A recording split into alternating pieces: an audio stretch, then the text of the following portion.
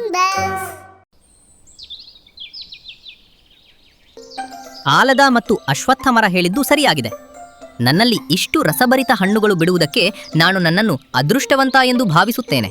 ಅಷ್ಟೇ ಅಲ್ಲ, ಹಣ್ಣುಗಳು ಮುಗಿದು ಹೋದಾಗ ನನ್ನ ಮನಸ್ಸು ತುಂಬ ಉದಾಸೀನವಾಗುತ್ತದೆ. ಅರೆ ಪಪ್ಪಾಯಿ, ನೀನ್ ಯಾಕೆ ನಗುತ್ತಿದ್ಯಾ? ಇದರಲ್ಲಿ ನಗುವಂತಹ ವಿಷಯ ಏನಿದೆ? ನಗದೆ ನೇನ್ ಮಾಡ್ಲಿ? ನೋಡಿ, ಯಾರಾದ್ರೂ ಇಷ್ಟು ದೊಡ್ಡ ಮಾತುಗಳನ್ನು ಆಡ್ತಾರಾ?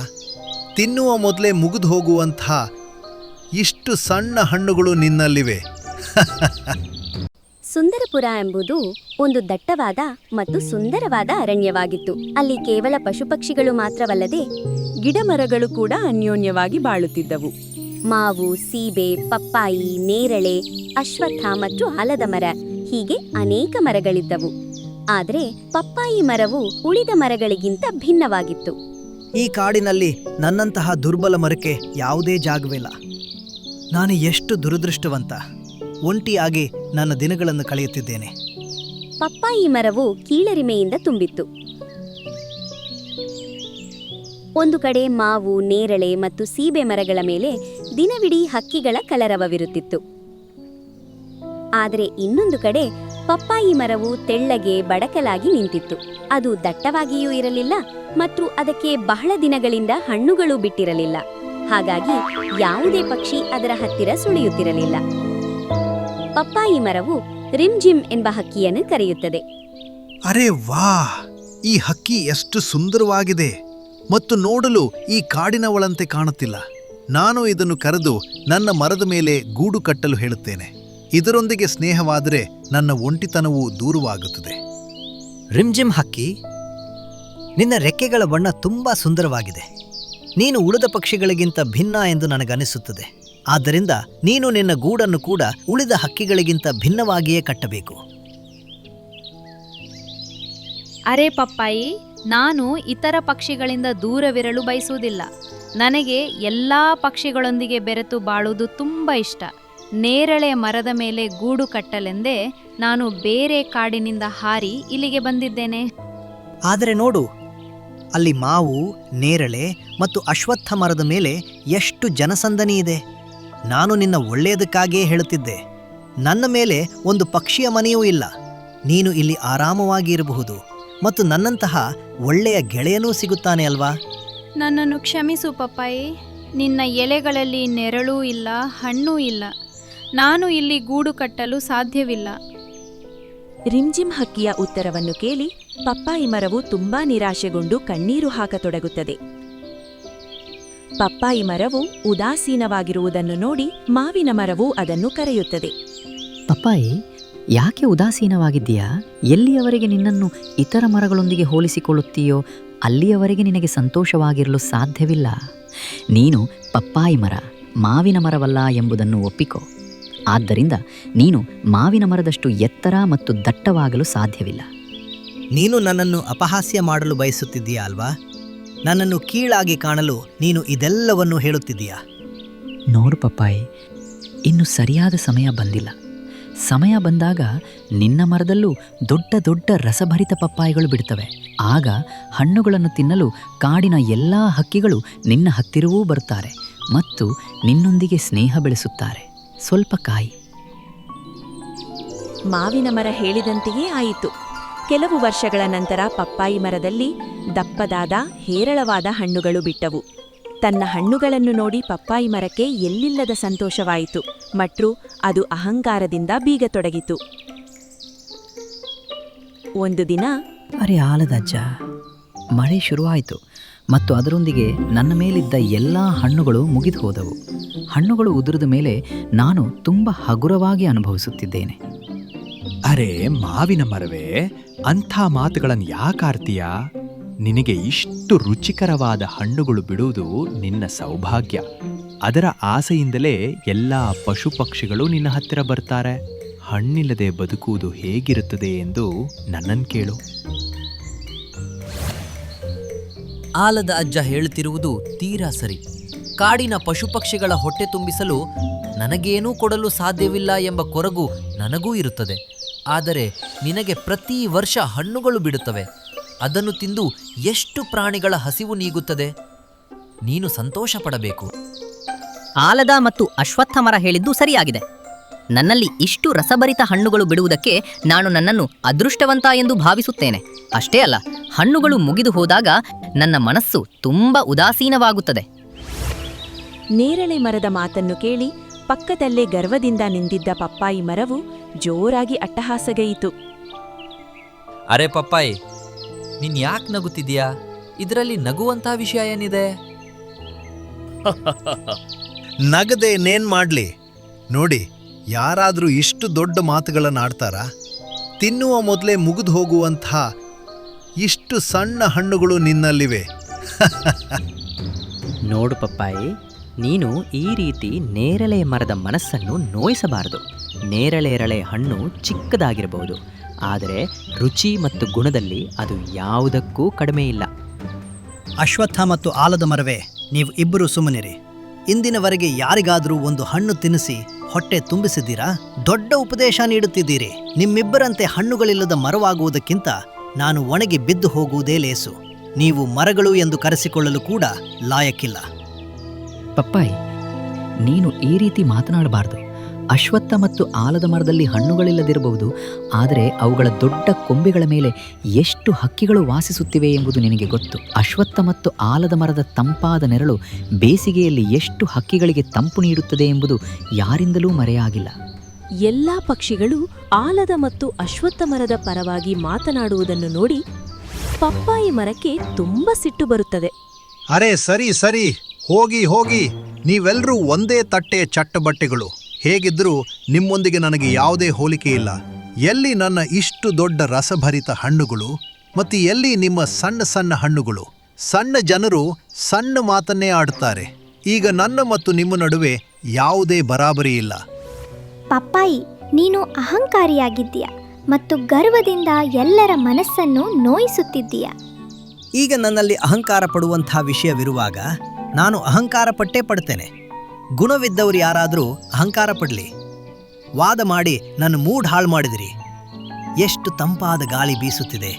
ನಾನು ಈಗ ಆರಾಮವಾಗಿ ಗಾಳಿಯನ್ನು ಸವಿಯುತ್ತೇನೆ. ಮಾವು ದಾದಾ, ಪಪ್ಪಾಯನ್ನು ಬಿಡಿ. ನನ್ನ ಮಾತು ಕೇಳಿ. ಮಳೆಗಾಲ ಶುರುವಾಗಿದೆ. ನಿಮ್ಮ ಹಣ್ಣುಗಳು ಮುಗಿದು ಹೋದವು. ಈಗ ನಾವು ಹೇಗೆ ಹೊಟ್ಟೆ ತುಂಬಿಸಿಕೊಳ್ಳುವುದು? ನಿಮ್ಮ ಮಾವಿನ ಹಣ್ಣಿಗಾಗಿಯೇ ನಾವು ಇಲ್ಲಿ ಗೂಡು ಕಟ್ಟಿದ್ದೆವು. ಟುಕ್ ಟುಕ್, ಯಾಕೆ ಚಿಂತಿಸ್ತೀಯಾ? ಮಾವಿನ ಹಣ್ಣು ಮುಗಿದ್ರೆ ಏನಾಯ್ತು? ನನ್ನ ಕಡೆ ನೋಡು. ಮಳೆ ಬರುತ್ತಿದ್ದಂತೆಯೇ ನನ್ನಲ್ಲಿ ಎಷ್ಟು ಹಣ್ಣುಗಳು ಬಿಟ್ಟಿವೆ. ನೀವೆಲ್ಲರೂ ಆರಾಮವಾಗಿ ನನ್ನ ಹಣ್ಣುಗಳನ್ನು ತಿಂದು ಹೊಟ್ಟೆ ತುಂಬಿಸಿಕೊಳ್ಳಬಹುದು. ಪಾಪ, ಟುಕ್ ಟುಕ್ನದ್ದೇನು ತಪ್ಪು? ಎದುರಿಗೆ ಇಷ್ಟು ಹಚ್ಚ ಹಸಿರಾದ ಪಪ್ಪಾಯಿ ಮರ ನಿಂತಿರುವಾಗ ಅದರ ಮುಂದೆ ನಿನ್ನ ಸಣ್ಣ ಸೀಬೆ ಹಣ್ಣುಗಳು ಯಾರಿಗೆ ಕಾಣಿಸುತ್ತವೆ? ಟುಕ್ ಟುಕ್, ಇವರನ್ನು ಬಿಡು. ನೀನು ನನ್ನ ಹತ್ತಿರ ಬಾ ಮತ್ತು ಆರಾಮವಾಗಿ ನನ್ನ ಪಪ್ಪಾಯಿಗಳನ್ನು ತಿಂದು ನಿನ್ನ ಮತ್ತು ನಿನ್ನ ಕುಟುಂಬದ ಹೊಟ್ಟೆ ತುಂಬಿಸು.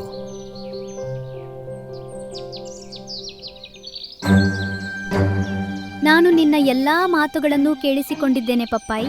ನೀನು ಮಾವು, ದಾದಾ ಮತ್ತು ಆಲದ ಅಜ್ಜನೊಂದಿಗೆ ಮಾತನಾಡಿದ ರೀತಿ ನನಗೆ ಇಷ್ಟವಾಗಲಿಲ್ಲ. ನಿನ್ನ ಪಪ್ಪಾಯಿ ನನಗೆ ಬೇಡ.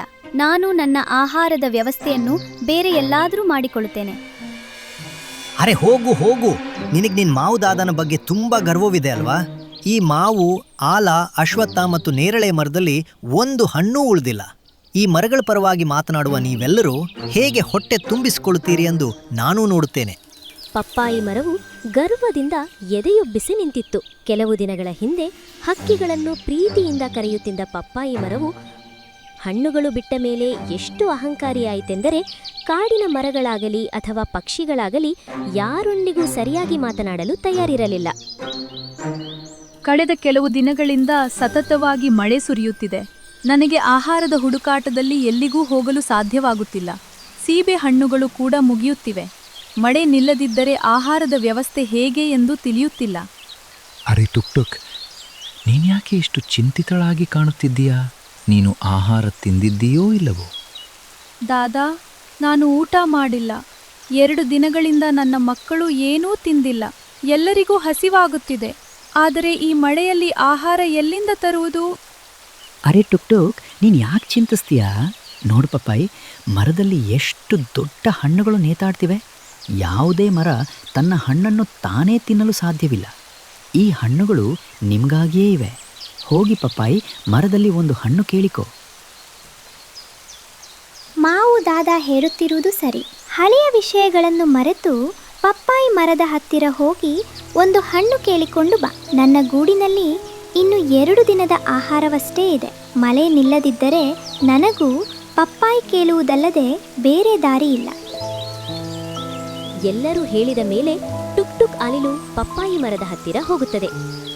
ಕೇಳು ಸಹೋದರ, ನಿನ್ನ ಮರವು ಹಣ್ಣುಗಳಿಂದ ತುಂಬಿದೆ. ನೀನು ಒಂದು ಹಣ್ಣನ್ನು ನನಗೆ ಕೊಟ್ಟರೆ ತುಂಬಾ ಉಪಕಾರವಾಗುತ್ತದೆ. ಟುಕ್ ಟುಕ್ ಮಾತನ್ನು ಕೇಳಿ ಪಪ್ಪಾಯಿ ಮರವು ಜೋರಾಗಿ ನಗುತ್ತದೆ. ಆ ದಿನ ನೀನು ತುಂಬಾ ದೊಡ್ಡ ಮಾತುಗಳನ್ನು ಆಡುತ್ತಿದ್ದೆ. ನಿನಗೆ ನನ್ನ ಅವಶ್ಯಕತೆ ಎಂದೂ ಬೀಳುವುದಿಲ್ಲ ಎಂದು. ಈಗ ನನ್ನ ಹಣ್ಣನ್ನು ಕೇಳಲು ಬಂದಿದ್ದೀಯಾ? ಇಲ್ಲ, ನಾನು ನಿನಗೆ ನನ್ನ ಪಪ್ಪಾಯನ್ನು ಕೊಡುವುದಿಲ್ಲ. ಹೋಗಿ ನಿನ್ನ ಮಾವು ದಾದಾನಿಗೆ ಹೇಳು, ಎಲ್ಲಿಂದಲಾದರೂ ಮಾವಿನ ಹಣ್ಣು ತಂದು ನಿನ್ನ ಹಸಿವನ್ನು ನೀಗಿಸಲು. ಪಪ್ಪಾಯಿಯ ಕಹಿಯಾದ ಮಾತುಗಳನ್ನು ಕೇಳಿ ಟುಕ್ ಟುಕ್ ಅಳುತ್ತಾ ವಾಪಸ್ ಬರುತ್ತದೆ ಮತ್ತು ಉಳಿದ ಪಕ್ಷಿಗಳಿಗೆ ನಡೆದ ಘಟನೆಯನ್ನು ವಿವರಿಸುತ್ತದೆ. ಇದು ಪಪ್ಪಾಯಿ ಹೇಳಿದ್ದು ತುಂಬಾ ತಪ್ಪು. ಅವನು ಹಾಗೆ ಹೇಳಬಾರ್ದಿತ್ತು. ಹೌದು, ಕಷ್ಟದ ಸಮಯದಲ್ಲಿ ನಾವೆಲ್ಲರೂ ಒಬ್ಬರಿಗೊಬ್ಬರು ಸಹಾಯ ಮಾಡಬೇಕು. ಇದು ತುಂಬ ತಪ್ಪು. ಸರಿ, ನಾವೆಲ್ಲರೂ ಪ್ರಮಾಣ ಮಾಡುತ್ತೇವೆ, ಏನಾದರೂ ಆಗಲಿ ಯಾರು ಪಪ್ಪಾಯಿ ಹಣ್ಣನ್ನು ತಿನ್ನಬಾರದು. ಅದು ಎಲ್ಲಿಯವರೆಗೆ ಅಹಂಕಾರದಿಂದ ಇರುತ್ತದೆ ಎಂದು ನಾವು ನೋಡೋಣ. ಏನೇ ಆದರೂ ಯಾರೂ ಪಪ್ಪಾಯಿ ಹಣ್ಣನ್ನು ತಿನ್ನುವುದಿಲ್ಲ ಎಂದು ಎಲ್ಲ ಪಕ್ಷಿಗಳು ನಿರ್ಧರಿಸಿದವು. ಮುಂದಿನ 3 ದಿನಗಳ ಕಾಲ ಸತತವಾಗಿ ಮಳೆ ಸುರಿಯಿತು. ಹಣ್ಣುಗಳ ಅತಿಯಾದ ಭಾರದಿಂದ ಪಪ್ಪಾಯಿ ಮರವು ಒಂದು ಕಡೆಗೆ ವಾಲಿಹೋಯಿತು. ಕೇಳು ಆಲದ ಮರವೇ, ನಿನ್ನ ಮೇಲೆ ಎಷ್ಟು ಪಕ್ಷಿಗಳು ವಾಸಿಸುತ್ತಿವೆ. ನೀನು ಅವುಗಳಿಗೆ ಹೇಳು, ನನ್ನ ಹಣ್ಣುಗಳನ್ನು ಕಿತ್ತು ತೆಗೆಯಲಿ. ಆಗ ನನ್ನ ಭಾರ ಸ್ವಲ್ಪ ಕಡಿಮೆ ಆಗುತ್ತದೆ. ನೋಡು, ಭಾರದಿಂದ ನಾನು ಒಂದು ಕಡೆಗೆ ವಾಲಿದ್ದೇನೆ. ಇನ್ನು ಈ ಹೊರೆ ನನ್ನಿಂದ ಸಹಿಸಲು ಸಾಧ್ಯವಿಲ್ಲ. ಇನ್ನೊಂದೆಡೆ ನನ್ನ ಬೇರುಗಳಲ್ಲಿ ನೀರು ತುಂಬಿಕೊಂಡಿದೆ. ಇನ್ನು ಹೆಚ್ಚು ಹೊತ್ತು ನಾನು ನಿಲ್ಲಲು ಸಾಧ್ಯವಿಲ್ಲ. ಕ್ಷಮಿಸು ಪಪ್ಪಾಯಿ, ಕಾಡಿನ ಯಾವುದೇ ಹಕ್ಕಿ ನಿನ್ನ ಮರದ ಹಣ್ಣನ್ನು ತಿನ್ನಲು ಬಯಸುವುದಿಲ್ಲ.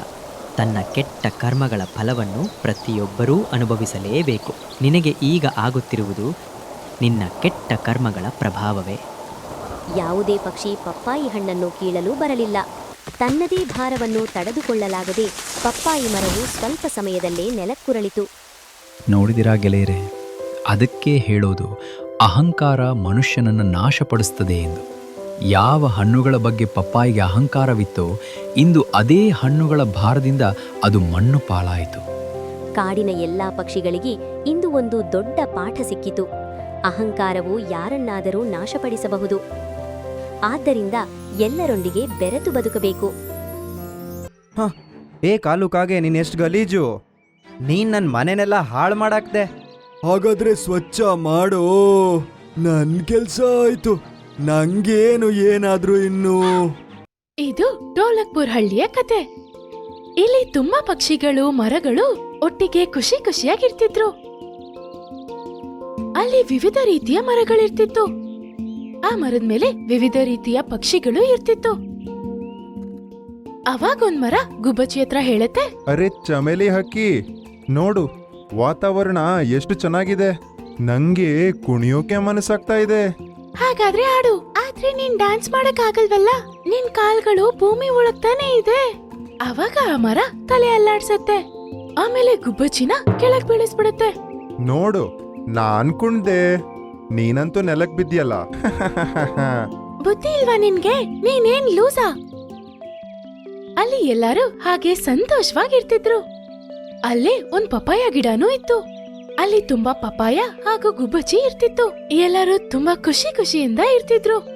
ಅಲ್ಲಿ ಒಂದು ದಪ್ಪ ಪಪಾಯದ ಮನೆ ಇತ್ತು. ಅದು ಎಲ್ಲಾ ಪಕ್ಷಿಗಳಿಗೂ ಸಹಾಯ ಮಾಡ್ತಿತ್ತು.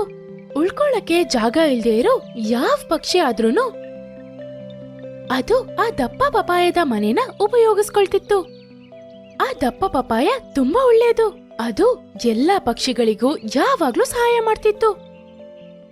ಆಮೇಲೆ ಒಂದಿವಸ ಕಾಗೆ ಹತ್ರ ಹೇಳತ್ತೆ, ಅರೆ ಅಣ್ಣ, ನನ್ ಮನೆಗೆ ನೆಂಟ್ರು ಬರ್ತಾ ಇದ್ದಾರೆ. ನಾನವ್ರನ್ನ ಇಲ್ಲಿ ಕರ್ಕೊಂಬರ್ಲಾ? ಸ್ವಲ್ಪ ದಿನ ಅಷ್ಟೇ. ಪ್ಲೀಸ್, ನೀನ್ ನಿನ್ ಮನೆನ ಬಾಡ್ಗೆ ಕೊಡು. ಹಾ ಸರಿ ತಕೋ, ಆದ್ರೆ ನನ್ನ ಮನೇನ ಚೆನ್ನಾಗಿಟ್ಕೊಳ್ಬೇಕು. ಪಪಾಯ ಅದರ ಮನೆನ ಸ್ವಲ್ಪ ದಿವಸ ಕಾಗೆಗೆ ಕೊಡುತ್ತೆ. ಆಮೇಲೆ ಕಾಲು ಕಾಗೆಯ ನೆಂಟ್ರೆಲ್ಲ ಬಂದು ಹೋಗ್ಬಿಡ್ತಾರೆ. ಆಮೇಲೆ ಆ ಕಾಗೆಯ ನೆಂಟ್ರು ಮನೇನ ಎಷ್ಟು ಗಲೀಜ್ ಮಾಡಿದ್ರು ಅಂದ್ರೆ ಅದನ್ ನೋಡಿ ದಪ್ಪ ಪಪಾಯಗೆ ತುಂಬಾ ಕೋಪ ಬಂದ್ಬಿಡತ್ತೆ. ಏ ಕಾಲು ಕಾಗೆ, ನೀನ್ ಎಷ್ಟು ಗಲೀಜು!